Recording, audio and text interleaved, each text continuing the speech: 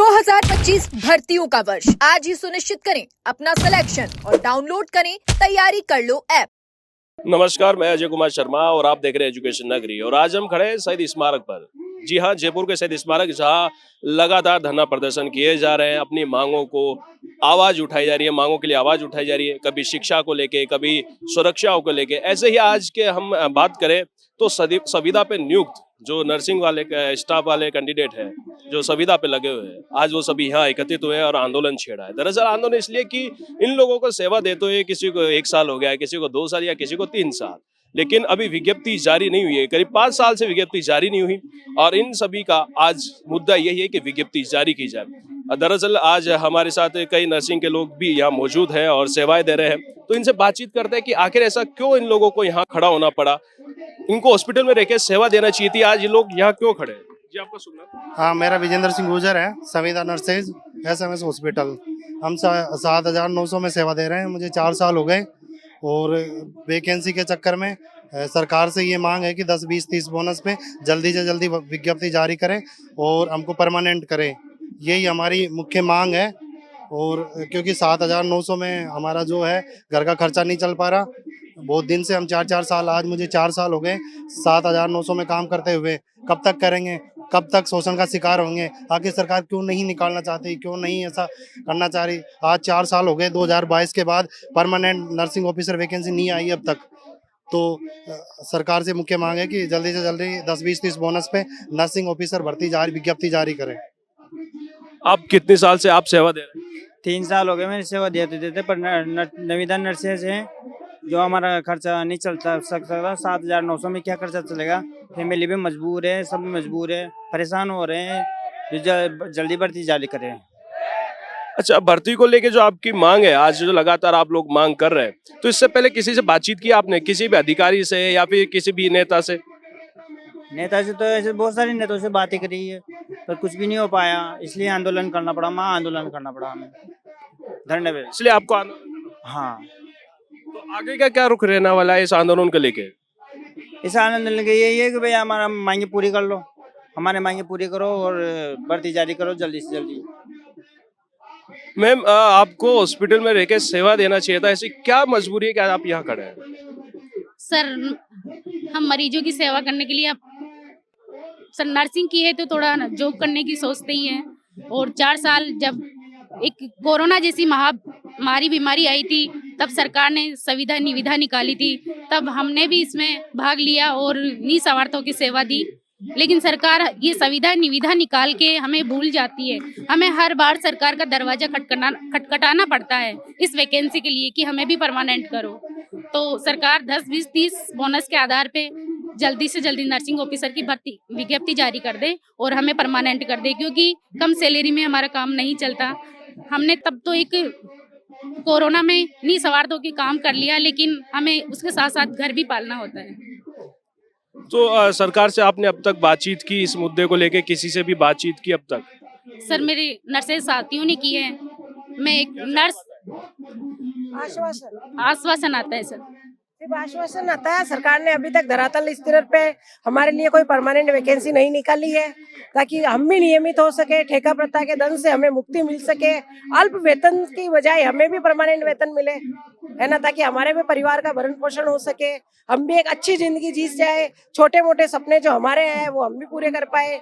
सरकार कह तो देती है महिला शक्ति आगे आए या हमारे भाइयों के लिए, पर उसके लिए सरकार हमें परमानेंट तो करे। हम घर वालों को, समाज को क्या जवाब दें? हमारे ऊपर हर वक्त एक तो सरकार का ये है कि ठेका प्रति है, कभी भी हटा सकते हैं, कभी भी ले सकते हैं।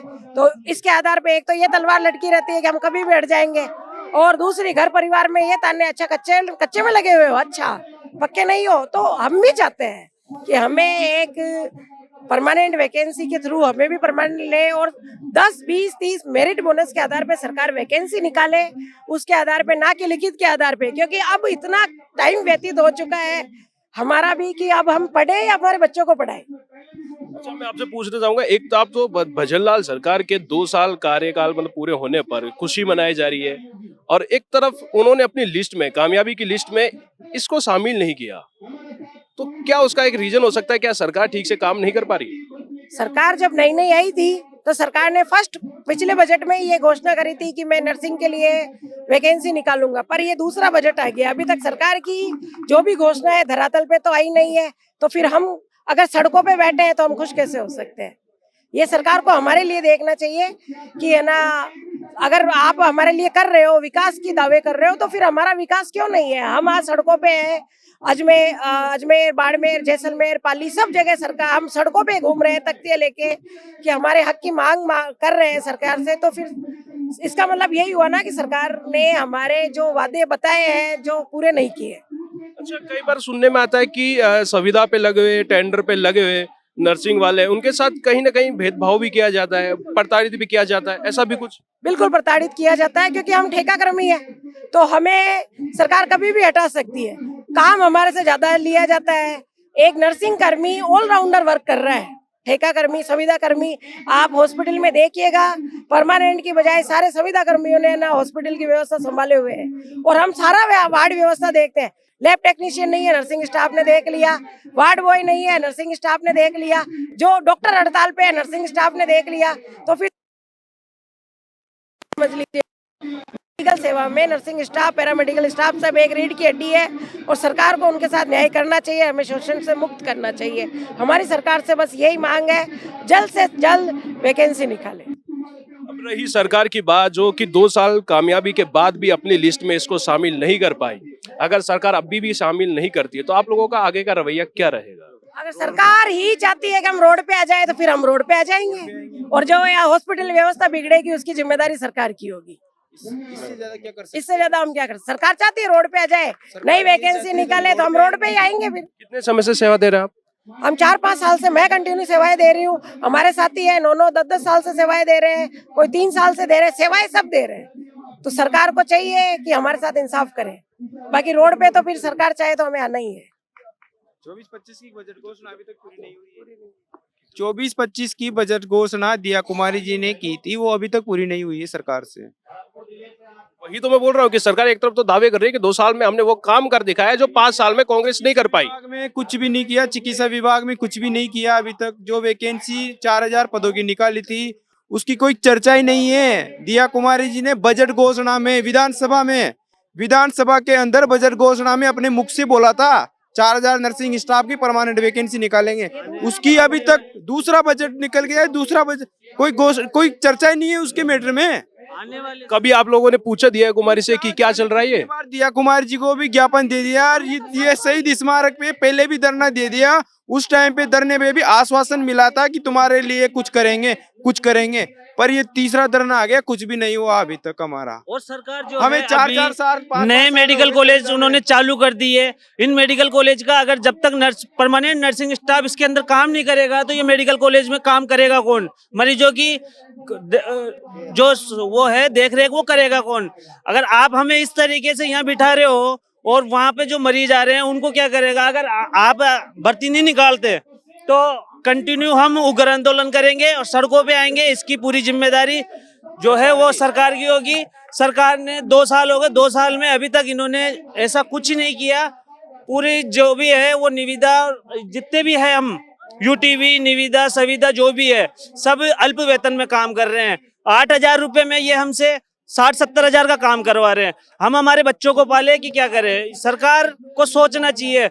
2 साल बेमिसाल जो इन्होंने कर रखा है। हम मुख्यमंत्री जी को कहना चाहते हैं, जो आपके जन्मदिन पे 2 साल बेमिसाल का जो कार्यक्रम आप कर रहे हो, उससे वो हमें, आप जो आपके जन्मदिन पे हमें गिफ्ट, हमें सिर्फ 10, 20, 30 बोनस भर्ती का गिफ्ट दे, और हम आपके लिए लंबी उम्र की दुआ करेंगे, और जो जितने भी जी जान से सेवा करेंगे आपके चिकित्सा सेवा को उच्च स्तर पे लेके जाएंगे।